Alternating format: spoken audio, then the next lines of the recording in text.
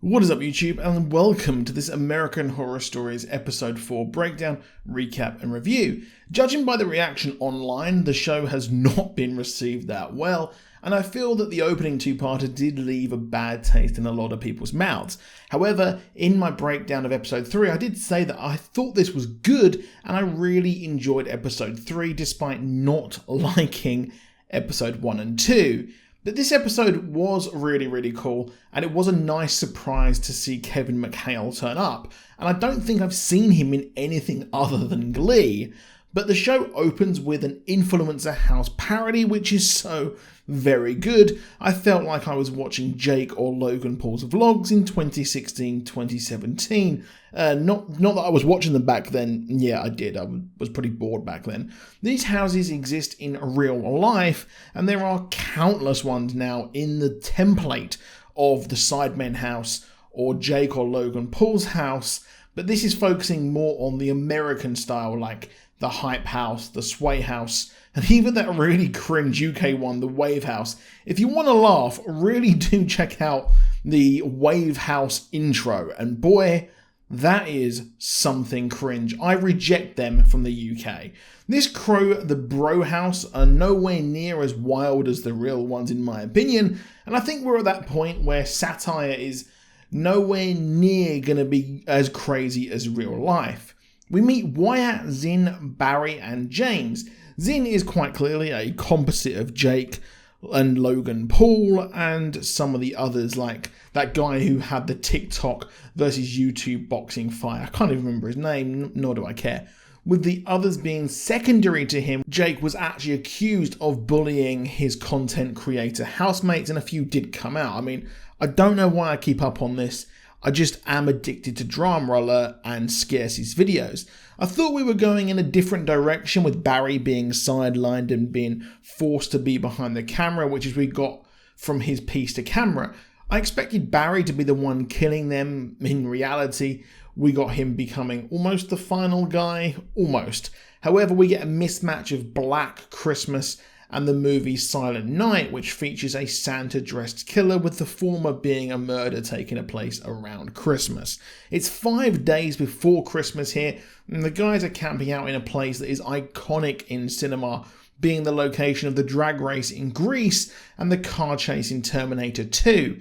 Zin with the others are waiting at a suicide spot to see someone jump, which happens as Zin is excited to see it, and happens with Barry having severe reservations.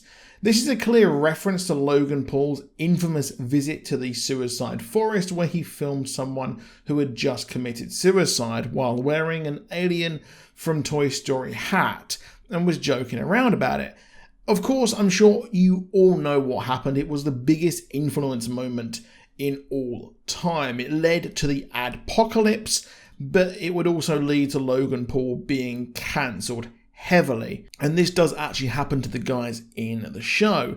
The intro was very clever, with parodies of different influencer moments and showing the story of these guys in their house, and I presume other influences in this world, with a James Charles Santa outfit parody happening, which of course happened with the guys from TikTok and also Charlie and Dixie D'Amelio. I don't know why I know this, but it also sounded like the 1984 theme, which is possibly one of my favourite American Horror Story seasons, with the top 3 of course being for me Hotel, Roanoke and possibly then Camp. And if I had to pick a top 5, I would put the season with the witches and then Asylum.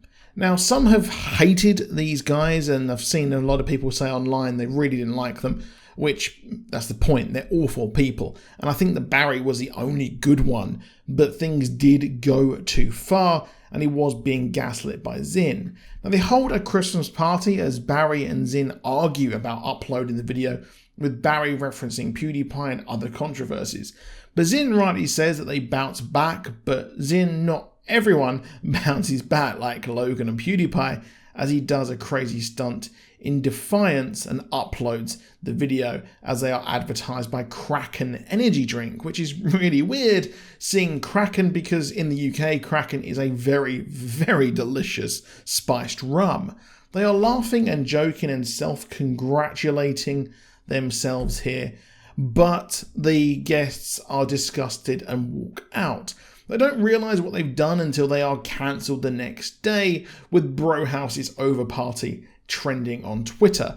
However, they're more worried about losing subs, which is plummeting for them. The public are outraged, leading to the family of the man to also hold a press conference denouncing them, with Wyatt saying, hey, they're attention seeking, which, mate, come on. Barry offers the idea of an apology, but Zin refuses, saying they will just be called out as people say it's fake and the tears are fake and such. And the apology videos that happen, of course, there are absolutely countless. Of course, you had Gabby Tanner, you had Logan Paul, you have had Trisha Paytas, so many. And from what I've seen, of course, with especially after TannerCon, they do more damage than just staying silent. It seems to me that is how David Dobrik has survived being mega cancelled. He just stayed silent and then started uploading after a while. However, weirdly, they decide to queerbait by acting gay with each other, which is a big thing in the online community, with certain Minecraft creators being accused of playing up to their audience. I'm not taking a stance on it before I get cancelled. I'm just pointing out the references that are big in Hollywood. They turn desperate and try to this after their Lamborghini is taken back by their sponsor, and try the homosexual content, which is by far and away the worst part of this episode. It went on for far too long and was just, it wasn't handled that well. However, it doesn't work as they drive around town and are mocked by girls. Now they decide to go back to their roots and just make fun, non-offensive vlog content, but this soon fails as Zin acts incredibly toxic by being repulsive at a Santa's grotto and one of the workers and making sexual comments, until they are also offensive to another worker, and Zin is possibly the worst thing ever, and he does the worst thing possibly in the AHS franchise thus far, which is by saying Santa is not real, which is just, come on mate, that is a step too far. He grinds on Santa, who hits him and tells him to leave. It's evident that this Santa is darker than just a jolly man in a suit. They put out the vlog and instantly get hate, and they instantly regret what they did, as it's clear there is no way out of this cancellation Brohouse's over party. However, it's revealed that Santa is not a nice man, as earlier we saw him putting on the outfit. Well, he actually killed that mall Santa and took the outfit, as the police have found the body and call these people here. I found the whole connection just kind of weird, that the vlog went out and there's a Santa killer. It's a bit odd there.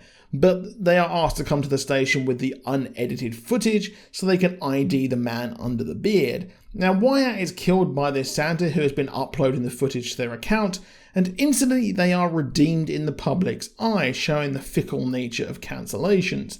The fans are happy with what they think is special effects, but it's actual murder. I couldn't make out about if it was a comment about the real Santa or an account uploading. I didn't have subtitles available, but they talk about the origins of Santa and how he would have a beard and a painted face and hunt people. It's similar to the Norse and Germanic origins of Santa here with Wodan, and it seems this psycho has taken it greatly to heart as he hunts down each one of the Brohouse.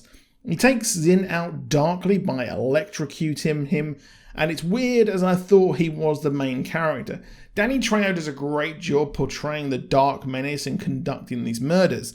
Soon Barry and James are attacked as they try to run, and the other is hit with an arrow as Barry removes his from his leg, tries to patch himself up, but is burnt alive and runs into the pool. The Santa is free to attack again, and I do think that Stories is a test bed for what they will be putting into the new seasons. I do think this character is going to appear again. We do know that in Double Feature, we will be having the Ghost Bay from episode 1 and 2. So it's interesting. Overall, I really enjoyed the episode. The season has redeemed itself for me. But that is it for this video. Please drop a like down below if you enjoyed the video. And do subscribe if you want more from us. And I'll see you soon. And goodbye.